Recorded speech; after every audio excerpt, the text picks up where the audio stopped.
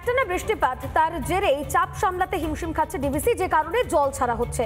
আর এবার ডিভিসির জল ছাড়া নিয়ে কেন্দ্র রাজ্য সংঘাত চরমে। মুখ্যমন্ত্রী মমতা বন্দ্যোপাধ্যায়ের ডিভিসির জল ছাড়া নিয়ে আজগুবি দাবি, রীতিমতো তথ্য তুলে ধরে মিথ্যাচার ফাঁস করলেন কেন্দ্রীয় জলশক্তি মন্ত্রী।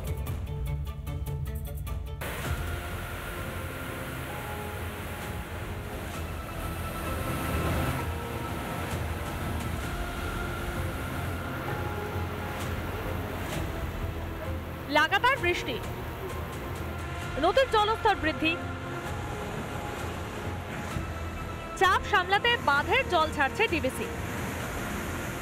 জল না ছাড়লে বাঁধ ভেঙে যেতে পারে, আরো বড় বিপর্যয় ঘটতে পারে। খুব সহজ বিষয়, কিন্তু ডিভিসির জল ছাড়ার পিছনে এবারও রাজনীতি খুঁজে পেল তৃণমূল। কেন্দ্র সরকারের বরাবরের সময় যেখানে দশমীর পার হলো না, এই দশমীর মধ্যে তার পরের দিন এত মানে একটা পরিকল্পিতভাবে ম্যান-মেড ডিজাস্টার বা বন্যা, এটা প্রতিবার ডিভিসি করে। কিন্তু আপনারা তো স্টেট গভর্নমেন্টের সাথে কোনো রকম ইন্টিমেশন, কোনো কোঅর্ডিনেশন করেন, কোনো আলোচনা করেন। স্টেট গভর্নমেন্টকে ইন্টিমেট না করে ম্যান-মেড ডিজাস্টার। শুক্রবার সকালে মাইথন পাঞ্চেত থেকে 70,000 কিউসেক জল ছাড়ে ডিভিসি, কিন্তু মমতার কাছে 70,000 কিউসেকই কোনো মন্ত্রবলে হয়ে গেল 1.5 লক্ষ কিউসেক। শুধু তাই নয়, রাজ্যকে না জানিয়েই ডিভিসি জল ছাড়ে বলে সোশ্যাল মিডিয়ায় পোস্ট করেন মমতা। কিন্তু পাল্টা পোস্ট করে আসল তথ্যটা তুলে ধরলেন কেন্দ্রীয় জলশক্তি মন্ত্রী সি.আর. পাতিল। মোট 70,000 কিউসেক জল ছাড়া হয়েছে। 1.5 লক্ষ কিউসেক জল ছাড়ার বিষয়টি একেবারেই ভুল। জল ছাড়ার আগে পশ্চিমবঙ্গ সরকারকে জানানো হয়। পুজোর ঠিক আগে এক রাতের বৃষ্টিতে ভেসেছিল কলকাতা শহর। সে সময় জল নিয়ে জলও যুক্তি দিয়েছিলেন মমতা ব্যানার্জি।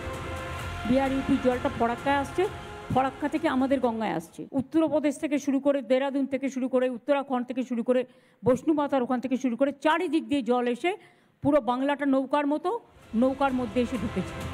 শনিবার মমতার জল রাজনীতিকে কুপোকাত করেছে গেরুয়া শিবির। আমরা সত্যিই লজ্জিত, একজন মুখ্যমন্ত্রী তার অফিসিয়াল টুইটার হ্যান্ডেলে একটি মিথ্যা প্রোপাগান্ডা চালাচ্ছেন এবং আমাদের সেটা দেখতে হচ্ছে। জল নিয়ে রাজনীতির জল ঘোলা, এটাই তৃণমূলের ভোটের খেলা। ফাঁস হয়ে গিয়েছে সব মিথ্যাচার। ডিভিসিকে গালমন্দ করা যেন অভ্যাস হয়ে গিয়েছে তৃণমূলের। নিজেদের ব্যর্থতা ঢাকতেই ডিভিসির ঘাড়ে দোষ চাপাতে চায় রাজ্য সরকার। রিপাবলিক বাংলা। নানা ধরনের কন্টেন্ট দেখার জন্য লাইক করুন, শেয়ার করুন আমাদের ফেসবুক পেজ, সাবস্ক্রাইব করুন আমাদের ইউটিউব চ্যানেল। পাশাপাশি অন্যান্য ব্রেকিং নিউজের জন্য অবশ্যই চোখ রাখুন রিপাবলিক বাংলায়।